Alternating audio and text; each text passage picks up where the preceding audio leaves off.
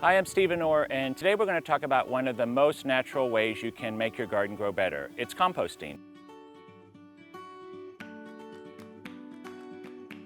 Compost is one of those things that people are worried about because it's going to be hard to do, it's complicated, it'll smell funny, and it takes a long time. Now, if that's true, if you do it, the wrong way. The right way is to just take a very simple approach. We're going to do composting for beginners today, which is really trying to use some of the things from your refrigerator and your kitchen and your yard that normally would go into the landfill. And these items can take up to a quarter of the landfill's mass on a yearly basis. Start with stuff from your kitchen. What I love about composting, it's a great way to use the things in your refrigerator that you didn't quite get to that start to turn or go bad. You don't have to feel wasteful about that. Also, anytime you're peeling anything, you can use all those peels, all those cucumber peels, any sort of skins off of fruits and vegetables. So all the vegetables that you have in your house, those are great for compost. Those are easy to do. Only one to kind of think about if you're a beginning composter is onions and garlic. Both those things, some people think repel earthworms, which are a vital part of the composting process, so I'd avoid those if you're just starting out. Another thing that I try to, as a beginning composter, I would avoid is eggshells. You can crush them up, but I find if you're just starting out and your compost is new, they don't break down as much. So you're going to have those little eggshell pieces in your compost when you pull it out. Composting is all about the microbial action of your compost pile. You can either just make a 3 foot by 3 foot compost pile on the ground, but there's also all sorts of compost makers you can use that are black plastic. The black plastic helps it heat up.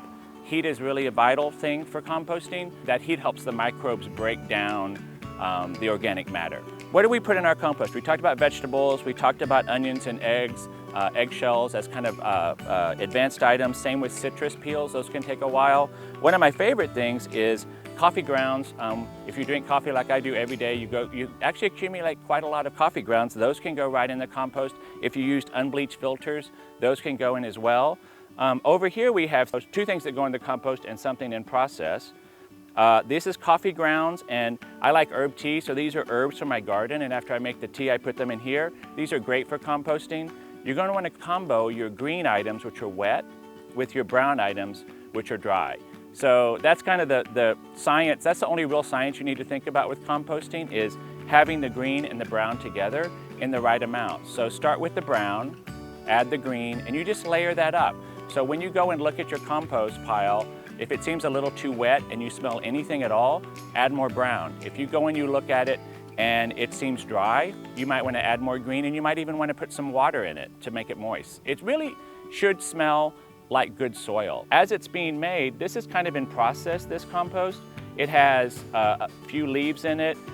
It has some twigs in it. Those will never compost, so if you want to be strict with your compost, don't put those twigs in. But these leaves will all break down with the green and the brown, and ultimately you're going to have this beautiful, it's almost like chocolate cake. That's what some people talk about. It feels kind of like crumbled chocolate cake, and it smells great. It really just smells sweet. It smells like really great soil and slightly sweet. And so this is the black gold that gardeners are after. They're really after this compost that they can use in their garden. You can apply it to your flower beds. It's a very gentle fertilizer, and it really will help all your plants perk up. And at the end of the day, composting is one of the best ways to recycle, and it's also one of the best ways to have the healthiest garden you can have. We've talked about all the things that are good for the beginning composter. Here's some things that aren't good to compost, and that is any meat, dairy products. I personally avoid cooked items like oatmeal even, although that can work really well. But I find that some of these things can really make your compost go bad and start to really smell. Also, they do attract more animals and pests than you might want. So one way to accumulate all your good stuff that you have, all your peelings and tea and coffee grounds, is just to have a container in your kitchen. I just use a crock, like an earthenware pot that I put it in. It kind of forces me to deal with it more often. It's not very big. If you have a lot of waste or a medium amount of waste, this is a good one. You might have to empty it every few days, but it's a good way to just easily put it on the countertop, and then you can take it out to the compost pile. So if you're starting your compost pile out, I think one of the best ways to get all those microbes humming is to take some compost starter. You can buy this online from a variety of brands, and you just want to get an organic compost starter that is full of microbes that are ready to go, and it has some alfalfa and kelp meal in there as well. And you can add that to your starter compost, and then put some water on it. And then you do that once, you can do that several times a year or every other month. So after a few months in the compost bin, you'll have this great compost, which kind of looks like crumbled chocolate cake, and you can just spread it on your flower beds and in your pots. And with just these kitchen scraps and a little bit of time and the right microbes, you'll have the happiest garden you can have.